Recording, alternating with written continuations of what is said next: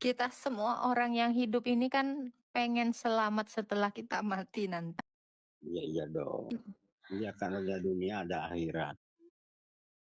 Bapak tahu nggak arti selamat itu apa, Pak? Ya selamat itu untuk menuju keselamatan dari Allah menuju ke surga. Berarti setelah mati dong ya? Selamat itu kan ada selamat di dunia, ada di selamat di akhirat. Mana ada orang di dunia ini yang selamat, Pak? Uclin yang bingung ini diajari Agatha tentang arti selamat yang sejati. Ulasan ini penting dan menarik. Silakan berkenan menonton sampai tuntas. Halo, Islam Selamat Kristen, Pak. Islam. Oke. Kita semua orang yang hidup ini kan pengen selamat setelah kita mati nanti. Iya iya dong. Iya kan ada dunia ada akhirat. Bapak tahu nggak arti selamat itu apa, Pak? Ya selamat itu untuk menuju keselamatan dari Allah menuju ke surga. Berarti setelah mati dong ya? Selamat itu kan ada selamat di dunia, ada di selamat di akhirat. Mana ada orang di dunia ini yang selamat, Pak? Mana ada satu manusia Kalau di Islam dunia ini itu, yang selamat? kalau Islam itu nggak begitu sombong, berserah diri kepada Allah. Saya nggak nanya itu, Pak. Kalau masih di dunia ini ya judulnya belum selamat. Kenapa? Karena di dunia ini tiba-tiba persekian detik ditabrak motor, ditabrak truk, sakit jantung, mati, besok tiba-tiba dia nggak napas, itu belum selamat. Manusia yang di dunia ini belum ada yang selamat.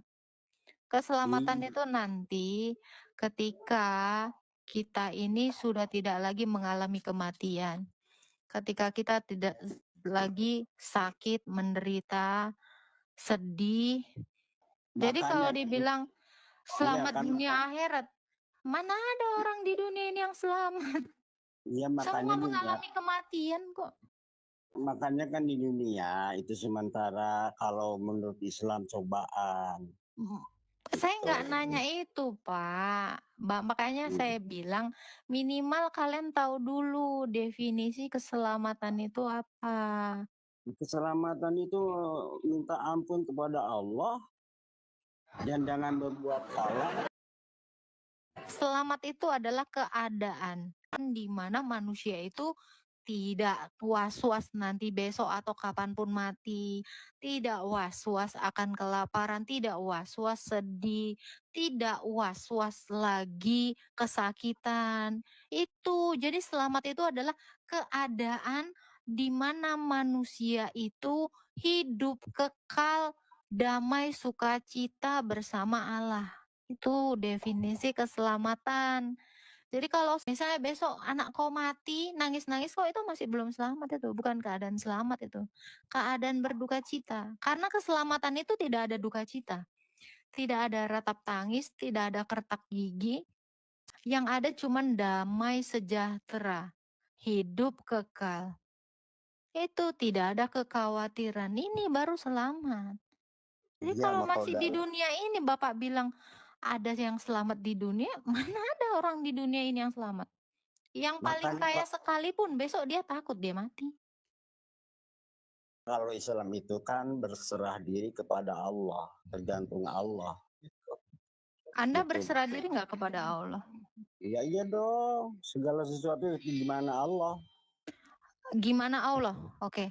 Di dalam Quran, Allah nyuruh kau kalau ada yang kedapatan mencuri, kau potong tangannya. Udah kau lakukan. Ya itu kan nanti di akhirat juga Lah berarti ada. kau belum berserah diri. Ini perintah Allah di dunia, Pak, bukan di akhirat. Makanya jangan melakukan dosa. Loh, bisa orang kau paksa dia Kalau untuk gini tidak loh, mencuri. kalau Islam itu tergantung individu sendiri kelakuannya. Berarti artinya Bapak Iya. belum berserah diri dong. Kalau Bapak Berserah diri. Muslim, Bapak itu sepenuhnya tunduk kepada Allah. Masalahnya Allah nyuruh kalau ada orang berzina harus kau rajam. Kalau ada mencuri Iya. harus kau potong. Berarti kalau kau belum melakukan yang demikian kepada orang yang melakukan dosa seperti itu, maka kau belum sepenuhnya berserah diri kepada Allah. Karena apa, Pak?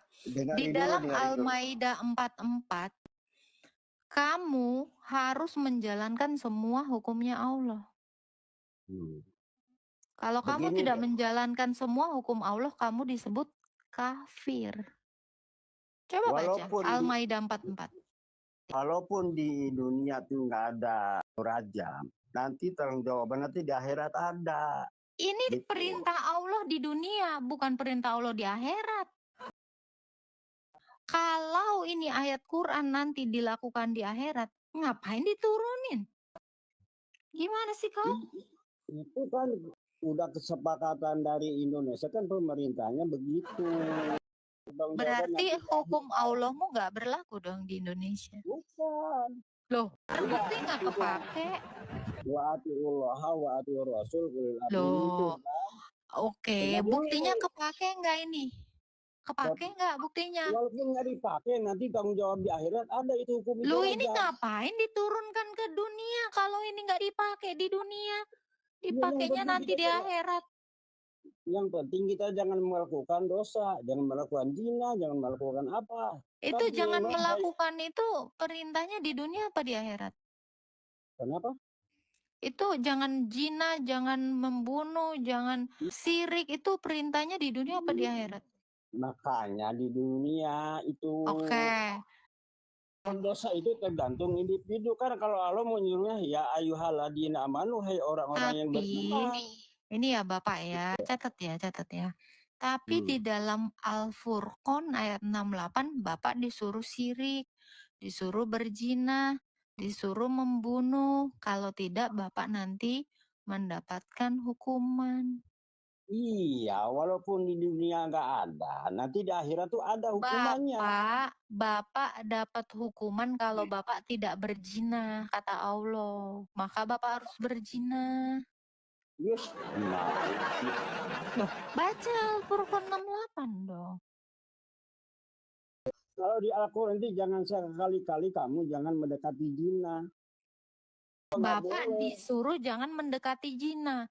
Tapi Bapak di Al-Furqan 68, Bapak kalau tidak berzina, tidak membunuh, tidak syirik, Bapak dihukum. Jadi begini, Mbak. Kalau dalam Islam itu, kehidupan itu ya nanti di akhirat ada husnul khotimah, ada husnul khotimah. Husnul khotimah itu terakhirnya itu sebelum mati baik, tapi husnul khotimah jelek itunya. Jadi yang menilai segala sesuatu itu keimanan dan naik ke surga, ke neraka itu Allah gitu. Makanya Bapak mau nggak Pak dihukum sama Allah Pak? Ya nggak mau dong. Ya kalau gitu Bapak harus berzina. Ya gimana sih ya begini nanti itu saya Al-Furqan 68 yang tidak mempersekutukan Allah, yang tidak membunuh, yang tidak berzina, niscaya akan diberikan hukuman. Kalau Bapak tidak mau diberi hukuman, ya Bapak harus berzina, harus syirik, harus membunuh. Baca dulu deh Qurannya deh, baca. Kenapa orang yang melakukan zina dan syirik, apalagi kalau syirik itu tidak diampuni oleh Allah. Nih ya Pak ya, nih kau memang harus membaca nih Al-Furqan 68. Nih, Bapak nggak mau dihukum kan sama Allah kan? Pokoknya begini Mbak, kalau menurut Islam ya, pokoknya kehidupan dari Islam itu di surat Al-Asri. Wal-asri innal insana lafi husrin illa wal asri demi waktu ilal ladina amanu, orang yang beriman yang dan beramal soleh itu orang yang beruntung lah begitu. Baca Pak. Kalau melakukan jelek berarti itu mah bukan orang beruntung. Baca. Saya nggak kebaca kurang ini matanya. Dan orang-orang yang tidak mempersekutukan Allah dengan sembahan lain dan Mm-mm. tidak membunuh orang yang diharamkan Allah kecuali dengan alasan yang benar dan tidak berzina. Barang siapa melakukan demikian niscaya mendapat hukuman yang berat. Kalau Bapak tidak berzina, Bapak dihukum. Tidak membunuh, Bapak dihukum. Tidak mempersekutukan Allah, Bapak dihukum tuh. Jadi Bapak harus melakukannya dulu. Biar nanti Allah bisa punya kerjaan mengampuni Anda. Itu kan tidak Gimana? dan orang tidak mempersekutukan Allah dan tidak berzina, itu benar. Itu dihukum kata Allah. Orang benar dihukum sama Allah. Nih, nggak percaya. Lain lagi. Lah baca. Coba Qurannya. Baca. Saya nggak kelihatan, matanya kurang ini. Nih. Kurang jelas ya. Banyak kali alasan kau, Pak. Bacalah tuh, udah besar tuh. Baca. Saya matanya lagi buram, saya lagi katarak. Kapan plusnya? Dan orang-orang yang tidak mempersekutukan Allah itu baik dan orang-orang tidak mempersekutukan Allah, terus dan tidak membunuh, dan tidak membunuh, terus dan tidak berzina. Ya, dan tidak berzina dan tidak membunuh dan tidak berzina kan mempersekutukan. Barang siapa melakukan demikian niscaya dapat hukuman berat. Yang tidak berzina, tidak mempersekutukan Allah, tidak membunuh. Barang siapa melakukan demikian niscaya mendapat hukuman berat. Bukan, artinya itu sebenarnya kan itu ini tulisannya kok diartiin lagi. Tapi kalau dengar dulu, makanya harus tahu sorobna. Tapi kalau melakukan syirik dan zina dan membunuh baru masuk ini, begitu artinya. Ini Allah bilang lu dihukum. Lo dihukum gimana sih, Mbak? Makanya gue bingung, makanya gue ngeri. Ya jangan ini, Mbak. Sekarang masalah Yesus juga kan ribet kan. Janganlah lari. Ini gimana? Yang tidak berzina, tidak sirik, tidak membun-bun. Kenapa dihukum berat? Ya ampun ya Robi, itu ya aku pun bingung. Ya ampun ya Allah ya Robi, apakah harus aku lakukan itu semua? Kalau Islam itu tergantung individunya. Kalau melakukan zina dan melakukan syirik itu menduakan Tuhan gitu. Apa tadi? Membunuh, sirik, sama berzina. Ya itu dilarang oleh Allah. Tapi kalau melakukan itu masuk neraka. Gitu. Itu ditulis di dalam Quranmu sebaliknya. Yang tidak membunuh, tidak sirik, tidak berzina dihukum. Makanya tadi saya tanya Bapak mau dihukum enggak?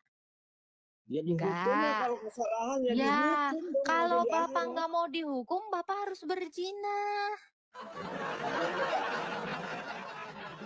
Kalau manusia melakukan dosa, ya asal Bapak kalau nggak mempersekutukan Allah, Bapak dihukum. Kalau Bapak tidak membunuh, Bapak dihukum. Itu ayatnya. Kau tengoklah, baca dulu Quran kau. Itu artinya akhir katanya itu. Tapi kalau melakukan syirik, melakukan zina, melakukan membunuh, itu masuk neraka. Dihukum kata Allah. Kalau tidak sirik dihukum, tidak berzina dihukum, tidak membunuh dihukum sama Allah tuh. Tergantung individunya, karena Allah tuh Maha Pengampun, Maha Penyayang. Saya nggak nanya itu, Bapak mau dihukum nggak? Bukan, kalau Mbak nggak percaya, saya terangin begitu ya udah ya. Kalau Bapak nggak percaya, ini tulisannya siapa? Ini Quran yang ngomong. Ini Quran yang ngomong Ya begitu. walaupun Quran saya diterangin gitu nggak percaya kan, innalladzina kafaru, coba apa artinya? Sawaun alaihi ma'anda taum amlam tundirhum la yu'minun. Percuma kalau diterangin begitu ya susah. Iya, percuma Gitu. Bapak kalau tidak zina, tidak syirik, tidak membunuh, Bapak itu dihukum. Siapa Percuma. Percuma Bapak. Kalau Bapak nggak mau Saya udah dihukum, Bapak harus terangin, barusan diterangin. Loh kok gitu. kebalikannya? Qurannya gitu, keteranganmu kok lain. Masa Quranmu bertolak belakang sama penjelasanmu?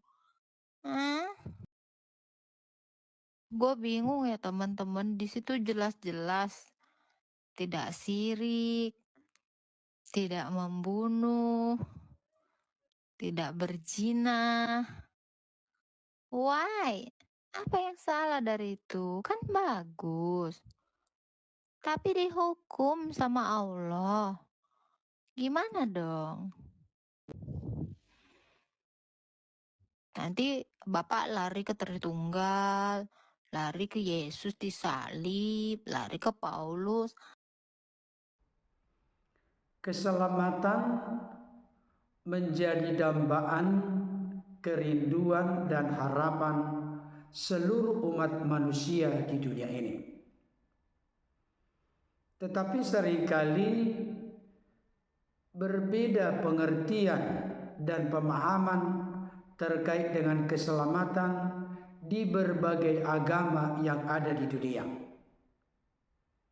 Ada yang berpikir bahwa keselamatan itu terkait dengan kehidupan yang sementara di dunia ini. Dari apa yang telah dijelaskan oleh Agatha, pengertian selamat yang sejati bukan terkait dengan hidup di tengah-tengah dunia ini. Karena kalau hal itu yang menjadi realita dari keselamatan yang sejati, maka semua manusia memiliki status dan kedudukan yang sama. Apapun latar belakang, etnis, agama, dan keyakinannya. Selamat yang ditandaskan oleh Agatha adalah bagaimana kondisi keadaan kehidupan kita setelah mengalami kematian. Realita atau kenyataan yang tidak bisa dibantah. Semua manusia pasti mengalami kematian. Kenapa hal itu bisa terjadi?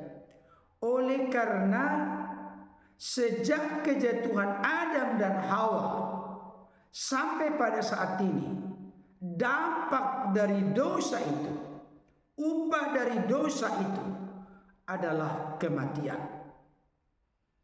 Roma pasal yang ke-6 ayat 23 jelas berkata, sebab upah dosa adalah maut atau kematian.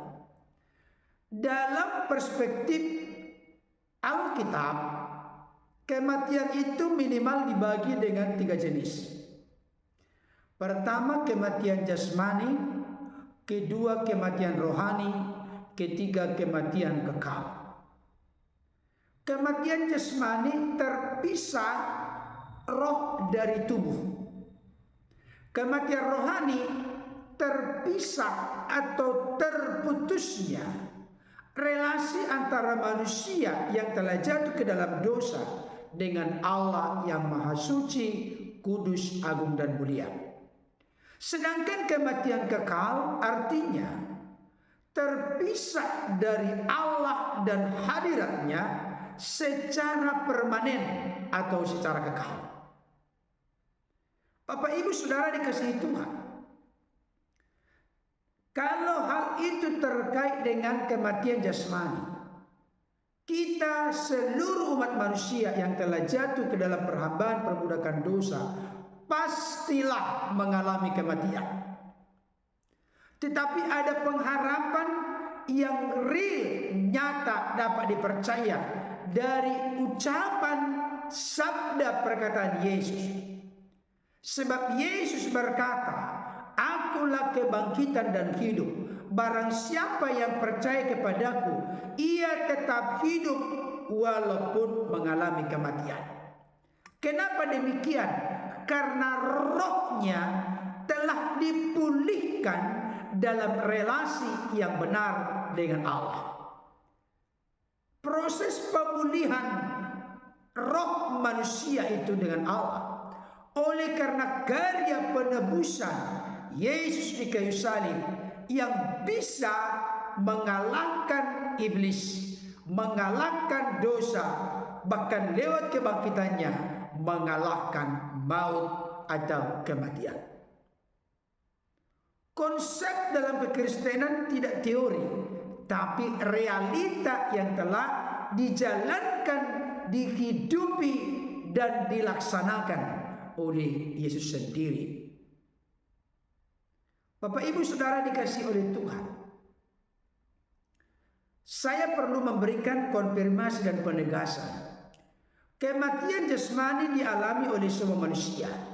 Tetapi jangan lupa, bukan kematian jasmani yang paling bermasalah. Yang paling bermasalah adalah kematian rohani. Terpisah relasi hubungan antara manusia dengan Allah. Manusia tidak bisa mengatasi keterpisahan ini melalui upaya, karya, prakarsa, perbuatan baik, amal saleh, syariat-syariat, hukum-hukum, agama, filsafat, pengetahuan tidak memenuhi kualifikasi, mutu, dan standar di mata Tuhan. Itu sebabnya Efesus pasal 2 ayat 8 sampai 9 berkata begini. Sebab karena kasih karunia kamu diselamatkan oleh iman. Itu bukan hasil usahamu, tetapi pemberian Allah. Itu bukan hasil pekerjaanmu. Jangan ada orang yang memegahkan diri. Keselamatan atau diselamatkan bukan karena amal saleh, perbuatan baik, bukan karena berserah diri kepada Allah. Semua itu tidak akan mungkin, mustahil mengubah status manusia yang telah jatuh ke dalam perhambaan perbudakan dosa. Kita perlu membuka hati pikiran kita. Oleh karena ketidakmampuan, oleh karena keberdosaan, oleh karena ketidakberdayaan manusialah mengatasi dosa, makanya Allah berkenan mengutus firman-Nya turun dari sorga, keluar dan datang dari dirinya, sehingga dia menjadi jalan satu-satunya memulihkan gambar dan rupa Allah yang telah rusak yang ada pada diri manusia. Karena firman itulah gambar Allah yang asli. Ketika gambar dan rupa Allah yang ada dalam diri manusia rusak, maka Allah mengutus gambar yang asli demi memulihkan manusia kepada fitrah semula, demi mengembalikan manusia kepada kondisi keadaan semula yang tanpa dosa. Secara komplit, lengkap dan sempurna itu akan dialami dalam kehidupan kekal bersama dengan Kristus. Jadi kalau kematian rohani ini tidak diatasi dengan pengalaman perjumpaan pribadi dengan Yesus sebagai Tuhan dan Juru Selamat dalam hidupnya, maka akan terancam masuk kepada kematian yang kekal. Hanya Yesus yang bisa mengatasi kematian rohani dan juga bisa mengatasi kematian kekal. Bapak Ibu Saudara dikasihi Tuhan, keselamatan nyawa hidup itu lebih berharga daripada apapun yang ada di tengah-tengah dunia. Yesus berkata di dalam Matius 16 ayat 26, apa gunanya seorang memperoleh seluruh dunia tetapi kehilangan nyawanya, dan apakah yang dapat diberikannya sebagai ganti nyawanya? Nyawa itu, hidup itu, jiwa itu lebih berharga dari seluruh yang ada di dunia ini. Oleh karena itu jangan main-main dan jangan sia-siakan waktu kesempatan yang ada. Segeralah buka hati dan pikiranmu, terimalah Yesus sebagai Tuhan Juru Selamat, maka engkau akan diangkat menjadi anak-anak Allah dan ahli waris yang kekal dalam kerajaannya. Rasul Paulus itu seorang yang sangat jenius dan brilian sebagai murid dari Profesor Gamaliel di zamannya. Dia adalah seorang Yahudi asli, disunat pada hari ke-8, tentang pendirian terhadap hukum Taurat, tidak bercacat, tidak bercelah. Tetapi ketika Paulus mengalami perjumpaan pribadi dengan Yesus dalam perjalanan ke Damsyik, hidupnya berubah 180 derajat. Dia bertobat dan dia serahkan hidupnya kepada Tuhan. Dia akui Yesus adalah Tuhan Juru Selamat, Mesias, anak Allah yang hidup. Maka di dalam Filipi pasal 3, Rasul Paulus memberikan testimoni dan pengakuan. Semua yang merupakan keuntungan bagiku, segalanya itu kuanggap sampah dan rugi, oleh karena pengenalan akan Kristus Yesus Tuhanku lebih mulia, lebih istimewa, lebih berharga, lebih spesial daripada semua itu. Jadi bagi Rasul Paulus, Yesus adalah segalanya. Itu sebabnya dia dengan lantang berkata, bagiku hidup adalah Kristus dan mati adalah keuntungan. Kenapa mati adalah keuntungan? Bukan kesialan, bukan kemalangan. Oleh karena sudah jelas di mana orang-orang yang percaya kepada Yesus ditempatkan. Kewargaan orang Kristen, pengikut Kristus sejati, adalah kewargaan surga. Jadi Bapak Ibu Saudara, mari kita sadari dengan segala kerendahan hati, amal saleh, perbuatan baik, menjalankan syariat-syariat hukum-hukum agama, itu tidak pernah bisa mengubah status kita yang berdosa. Hanya Yesus yang rela mati di kayu salib menjadi jalan penebusan bagi kita dari dosa, kematian kekal, dan dari jeratan kuasa iblis.